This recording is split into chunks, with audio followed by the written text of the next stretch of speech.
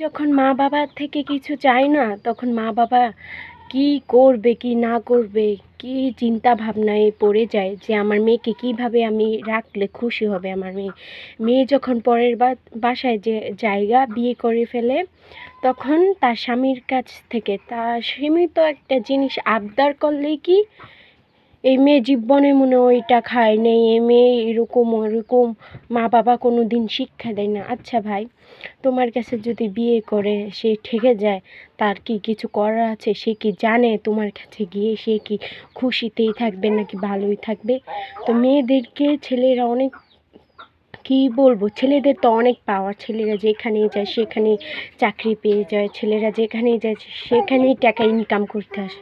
আসলে আমাদের মেয়েদের একটাই, মানে কি বলবো, দুঃখ, মেয়েরা কোনোখানো যেতেও পারে না, কোনোখানো থাকতেও পারে না। যেখানে যাবে সেখানে মেয়েদের রিস্ক আর খাওয়া দাওয়া তো নেই।